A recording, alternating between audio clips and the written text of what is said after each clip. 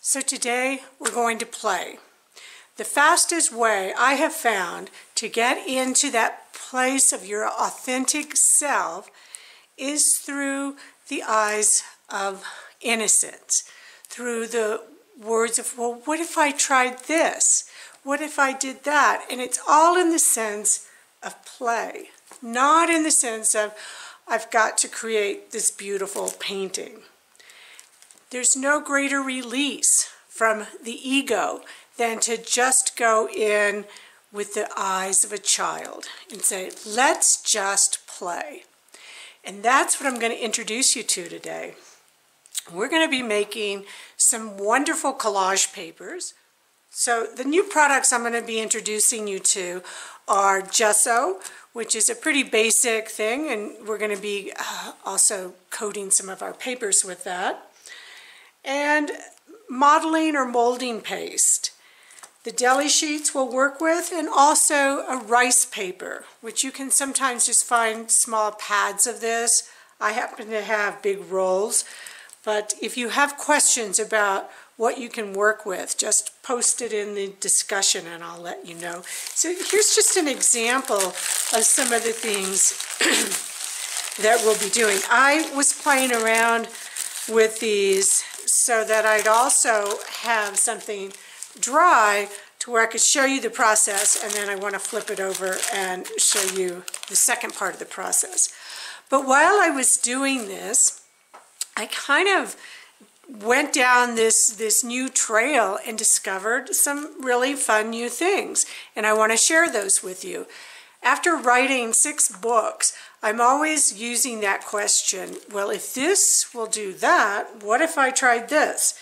So I encourage you to take that sense of adventure and exploration and run with it. So grab yourself some deli sheets, and I'm going to begin with showing you this one, this first one. And we're going to work with a familiar color palette of the quinacridone gold, Payne's gray, and white. So I've put some plastic down on my work surface, which I highly recommend you do because the products we're going to be using won't stick to the plastic. And I'm going to show you a really cool way of like kind of getting a print off of the plastic. So I'm beginning with 2 deli sheets. I've got my water, my alcohol, and this is what I'm going to do. Now I'm using the high flow, but any of the fluids will work. If you only have a heavy body acrylic, then you'll want to dilute it with water before you put it onto the surface. So let's say you have a tube paint, you just get your palette or a plate and mix a lot of water in so that it is the same viscosity as these more fluid paints. Otherwise, it's not going to work the same. Now, if you want to choose some different colors, this is a fairly thick white, so I might have to dilute that more. You might get an idea of what that would be like using a tube paint. Okay. So I put the Quin Gold, the white, Payne's gray. Now I'm going to take some water and spray it onto this surface. And I'm taking the second deli sheet and I'm going to put it on here, and I'm going to use the second deli sheet to actually mix the paints. So see, I'm picking it up. I'm not totally squishing it. I'm picking it up. Now I'm going to start to drag it. Pick it up and move it. Kind of press it down in some ways.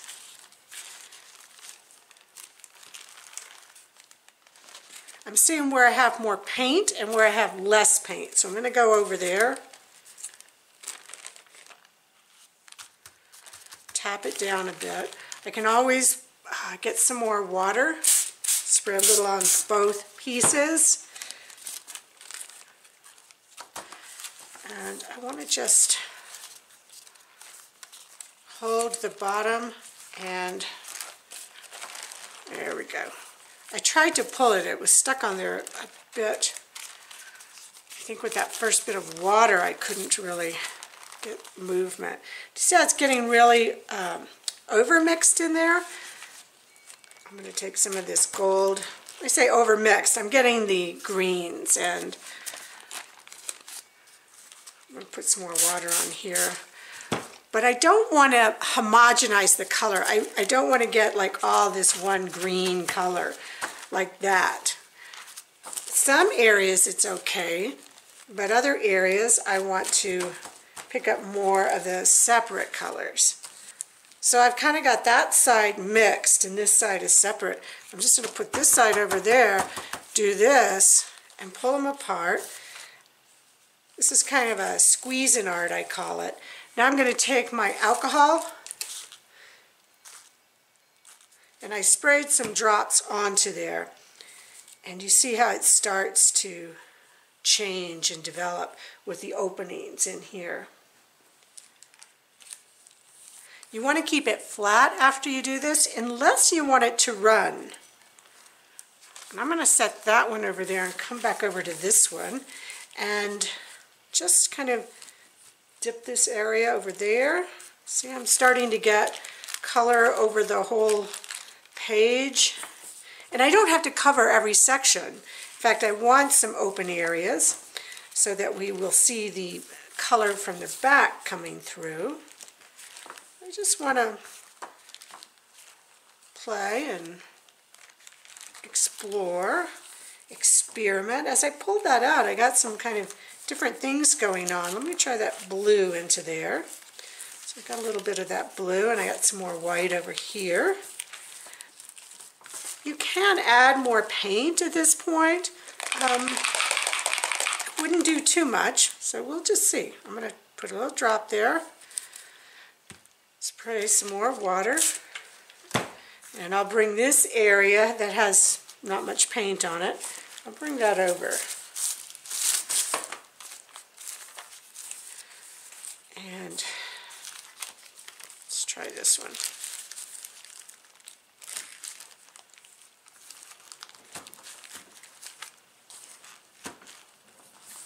So now I'm going to take the alcohol, I'm going to spray it onto this area where I added the paint, and I'm going to hold it up and see if I can get the paint to run. It is, yeah, it's starting to work. I can still take the other sheet back now if I wanted to add some more of that gold. Just come in and do that. How free and spontaneous this is. So now what I'm going to do with these is I'm going to set them aside. I have some plastic set up on the other table, and I'm going to let these dry, and then I'll show you how to paint on the back. So I'm going to use these ones that I've already made to let you see how they're going to turn out. So these are the dry sheets I showed you earlier, and I'll come back to my other ones when they're dry too, but I've done a lot of these papers, and one of the things I've discovered when I paint onto the back, if I really want to get these colors to pop, I need to introduce some opacity to that back side, and I could go in with just a straight white. I'll show you what that looks like here. Let me flip this one over. And you see how putting the white there really makes what's on front come forward. So that is one option. If I want to brighten it, I can add some color. And I have found that this bright yellow mixed into the white is a very nice blend. So let me put this next to it. So I'm using my knife just to spread it on. You can use a brush or the knife. I got some over here. And I'm just going to add a little more straight white over here just so we can compare.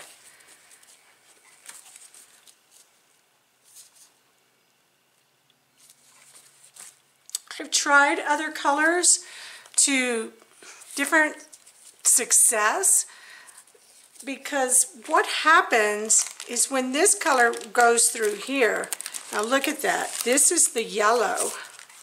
mix. See, it's pretty bright on that side, but when you look at it this side, it's much more diffused. So let's say you tried a bright red, it's not going to be a bright red. So I'm going to just show you a few different color swatches here. I have to move this one now that I've cut that. So here's just the white. I'm going to put more on here, just the white, so we can just compare. The other part of this puzzle is that the first color you put on is going to be when you flip it over, that's going to be the color you see. So if I put the white on and I wanted to then mix in some yellow on top of that, it's not going to show up the same. So here let's take a look. So here's the white and here's the yellow mixed with the white. And let me just clean this off so I can flip it over.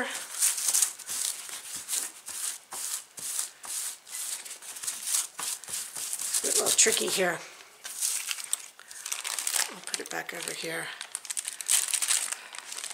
So let's say I wanted to come in now and mix some of this on top. I'll put it next to here.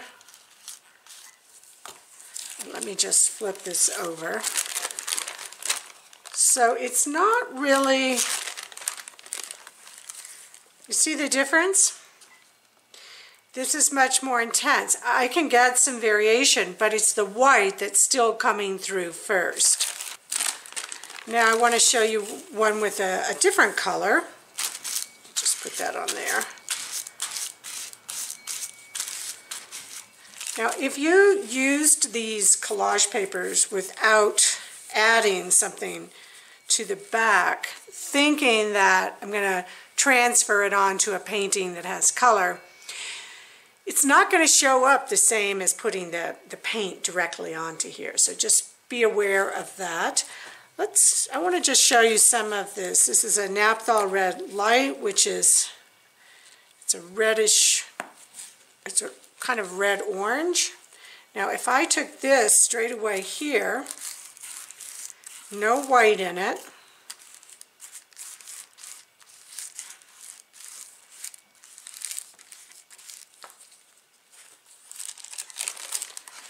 and it's going to show up that way. It looks good over the quinacridone gold.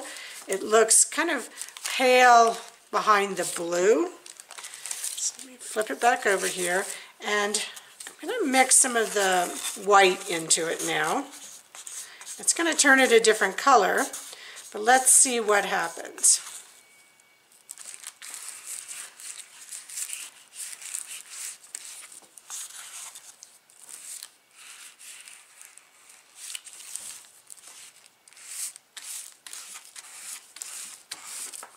I'll just put a little more straight red over here.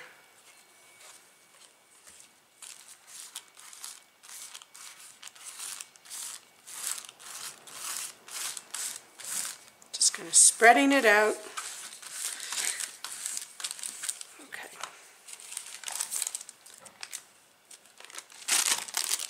I'll flip this over again.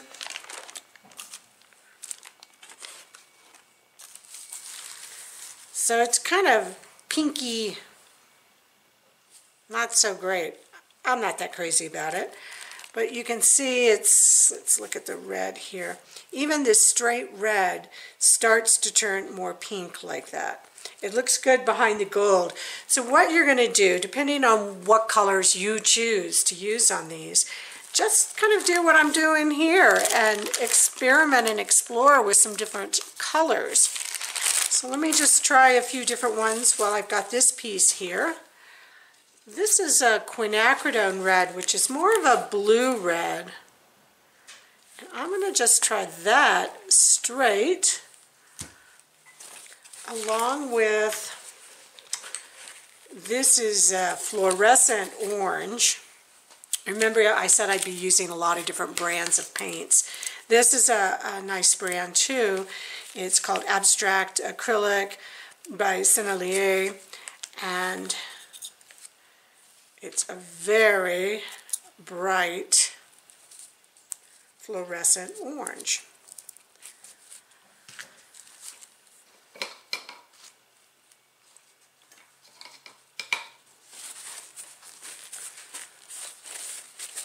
It's also very transparent. So if I just take that and put it straight on here, you can see that I'm still seeing what's on the other side of this paper, how transparent that is. So this might provide a little key. I haven't tried this before, so you'll see what kind of my process is as we go through here. So as I turn that over, it is it's still bright, but it's not as subdued with the white as the other one was. The kind of pinky, don't care for that pink color. Now let's go over here. This is the kind of bluish red with no white, just straight color.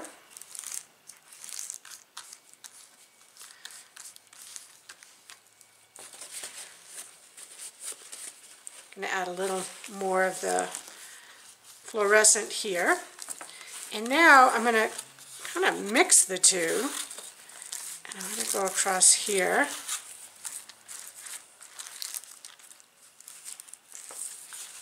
Just using this up. And every color you use, it's going to be different depending on what color you have on the front. So I can't possibly go through and show you all of the options, but here we go. See how that's just a straight red, and it still turns that kind of pinky. So this fluorescent, this very, very bright, is showing up the best. Here again, it's just kind of getting faded out, even though it's mixed. So I would go in and experiment with different colors. If you take some of the quinacridone gold and mix it with white, it's not the same as mixing it with that bright yellow. To me, that's the one mixture I find works very well behind almost any color palette. Now, if you're using some different palettes, just kind of try what I did with mixing different things and see what you get. I mean, this is a great way to use up any leftover paints or to make collage papers that are going to go into a particular piece you're working on. But I've got more to show you, so let's just move on, experiment with those, and let me know how it works out. Post your pictures.